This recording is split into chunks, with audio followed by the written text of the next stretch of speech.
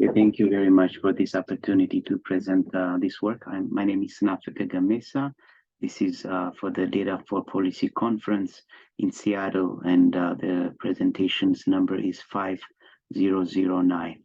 And today I'll be speaking about IFAD's experience in investing in environmentally sustainable livestock development, and I'll walk you through the issues that the livestock sector faces, as well as IFAD's investment in sustainable livestock development, and as well as some of the lessons learned from the impact assessments that we conducted of projects that IFAD supported in Tajikistan and Tunisia. So moving on to the next slide.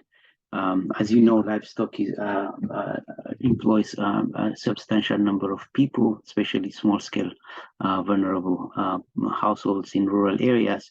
Some 1.3 billion people globally are employed in the livestock sector itself, both production, processing, and marketing of it, the whole value chain, while it directly supports some 600 million poor smallholder or small-scale farmers in the developing world. Now, this means that the livestock sector is quite important for the agriculture GDP contribution. Some estimates show about 40% of the agriculture GDP comes from the livestock sector. But at the same time, the livestock sector is very much affected by climate change, while it also contributes to the problem. In terms of how it's affected, one of the main ways is through the heat stress that the livestock face, cattle and others face. And when they do that, they tend to reduce their milk production, meat production, as well as access to fodder and water becomes constrained. At high temperatures, for example, for each additional temperature, degrees Celsius increase in temperature, some around 3 to 5% intake of feed is reduced by the animals. And so this is also associated with high mortality, especially if you go, between 1 degree Celsius to 5 degrees Celsius increases is associated with high degree of mortality among the livestock sector. And at the same time, production, like milk production, reduces by as much as 15% when the rectal temperature of the livestock increases from 38.8 to 39.9. Research shows this. But at the same time, the problem, the livestock sector contributes to the problem, and mainly this is through the greenhouse gas emissions coming from, for example, the methane from the digestive tracts of the cattle that contributes something around 40% of the methane globally. It also contributes in other ways, and as this graph shows you, through the feed production, manure processing, and transportation, the whole value chain itself contributes to the close to about 14.5% of the total greenhouse gas emissions globally. So what is IFAD doing to support environmentally sustainable livestock development? So yes, the sector is experiencing different kinds of shocks from climate change, but at the same time, it's very important for the rural poor. And so we are interested in supporting, achieving the twin goals of being environmentally sustainable, but while also investing in agricultural development and livestock productivity enhancement activities. So just to look back, this is from the more than 1,000 investment projects that IFAD supported in the last 45 years. Some 26% of them are livestock focused. You would see that many of them, these projects are in NEN, or what we call the Near East, North Africa, around the Middle Eastern areas, the Europe and Central Asia areas that have traditionally lived off livestock sectors. Of about 40% of that investment, if I had supported investments, are on livestock in this region, while 34% in the Asia and Pacific region are also similarly in livestock sector. And in the other, we also have some presence in the other regions, less so than in these two specific regions, but yeah. in terms of both the amount of money that we invest, but also the number of projects, as you can see. So what are the composition? What do we do with these projects? Just to show you here, the Venn diagram would show you the different areas, sectors, or of our intervention, and you would notice that close to 50% goes to animal husbandry practices to increase the livestock productivity, such as in giving farmers better yielding breeds of cattle, for example, that are more climate resilient. But also on pastures, right? Many times what you have is the environmental degradation of pastures that need to be rehabilitated. This is due to overgrazing of the animal lands, right? And so, and we would work with many farmers organizations and pasture user unions to basically invest more in the rehabilitation and sustainability. So, and today I'm going to speak to you with two projects that we impact assessment projects that we recently conducted in the last 2-3 years that are coming out of Tajikistan and also Tunisia. And how we use data and evidence to inform the impact that the project achieved, but also beyond that, what are some of the lessons learned from these projects for future interventions in this sector. Okay, so one is the Tajikistan project that I was directly involved in. This project had two phases, the first and second phase, that basically from 2015 to 2021, and we were looking at in this project actually the second phase from 2017 to 21, that with a budget of about 26 million, that IFAD's contribution, but also from the government of Tajikistan and others. And the way the project's targeting was, it was targeted to enhance the capacity of the public sector while also increasing livestock productivity. And I'll talk more about it later, including in this slide. Okay, and also to increase access to more productive and climate resilient pastures. And if you look at it, some of the components of the major components of the project, it established or strengthened pasture user unions. These are unions composed of people who use the pastures, so that they could better manage the pastures, right, and try to avoid the issue of overgrazing and the common, which are very much common in many contexts when you have these public goods, right? And also productivity enhancing activities, for example, through husbandry practices, providing farmers with a better feed, and also watering points for livestock production and better meat and milk production. The other one is on the diversification of their livelihoods beyond just livestock, but also in other areas, including in artisanals and production, and also even processing of the livestock inputs, the livestock outputs, mainly milk, right? And also one important thing here to note is that they have also invested in rehabilitation of the pastures through, for example, setting up rotational plants, so that they avoid overgrazing them and avoid those issues. And it mostly targeted the small-scale farmers and the veterinary services, as well as the small-scale entrepreneurs. So, and in this project, we basically went out into the field and collected data from both the beneficiaries and the non-beneficiary households near them that represent the what we call the counterfactual scenario, or what would have happened had they not participated in the project. So this is through the rigorous impact evaluation quasi experimental method, where we matched non-beneficiary households with non-beneficiary households and try to compare their situation in outcomes and other facts. So here, for example, you look at the gross livestock income per capita, for example, for the beneficiary farmers is more than 100% higher for beneficiaries compared to the non-beneficiary farmers. And if you look at the livestock assets, they actually reduce the values, by or the livestock numbers roughly by 29%. And this looks like a negative impact.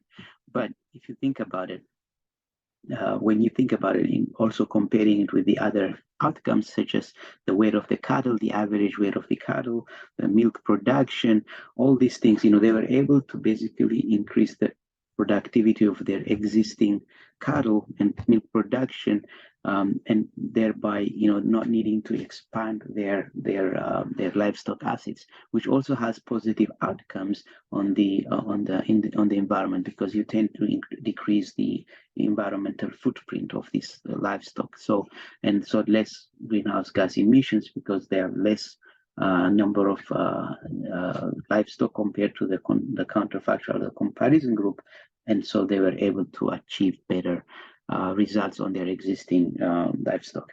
But they were also able. They also are less likely to experience climatic shocks, such as drought and others.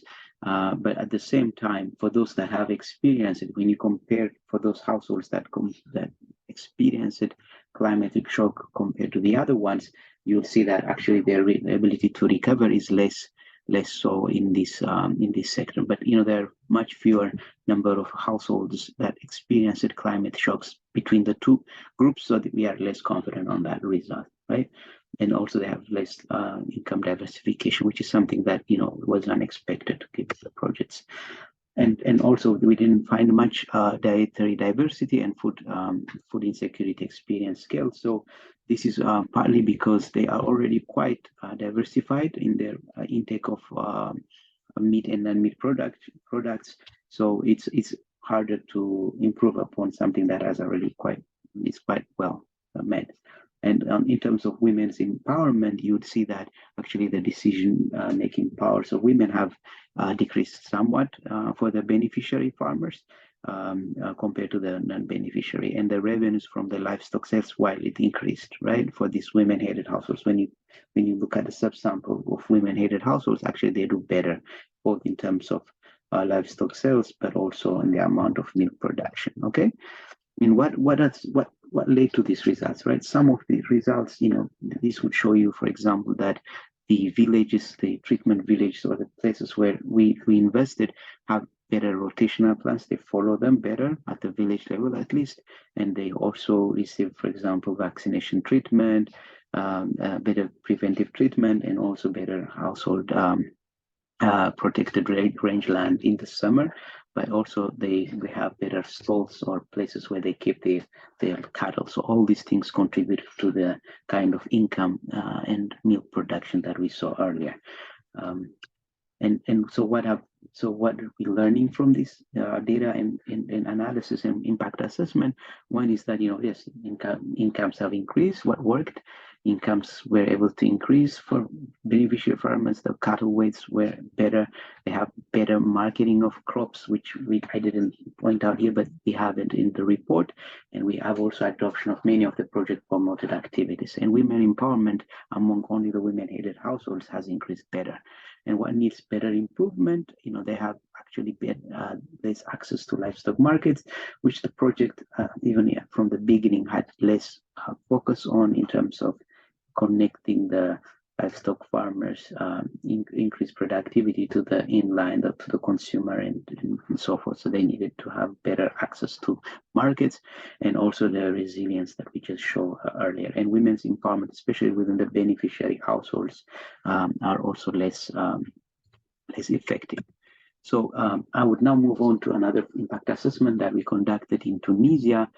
This project invested to improve the living conditions and reduce rural poverty of the agro-pastoral system in Tunisia, and it had about it operated in two phases, phase 1 and 2, which cost about 75 million for IFAD and our partners, including the government.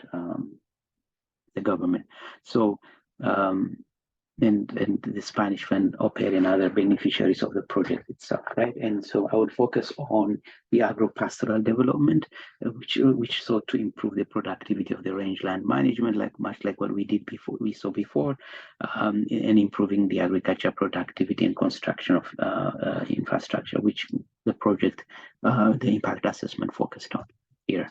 So what are the achievements here? Also, we have overall very good positive results where the overall assets of the beneficiaries actually are much better, including their income and yield, for example, in their olive trees, because this was also a project that measured or that had both the livestock sector, but also they invested in horticulture, but also in perennial crops, right? In olive trees, perennial trees, and so forth. And the production of olive trees and so has increased. Milk production and meat production has increased.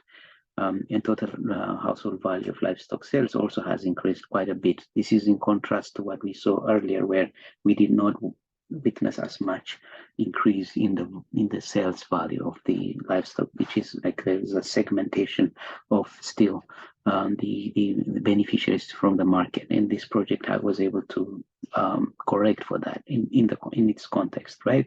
And they also had better livestock diversification, which also helps cope with shocks. Okay, so and they had less dietary diversity compared to the beneficiaries, perhaps because they have invested more on the livestock compared to the other areas. So they had, of course, they had get higher marks for meat consumption, but perhaps less on other products.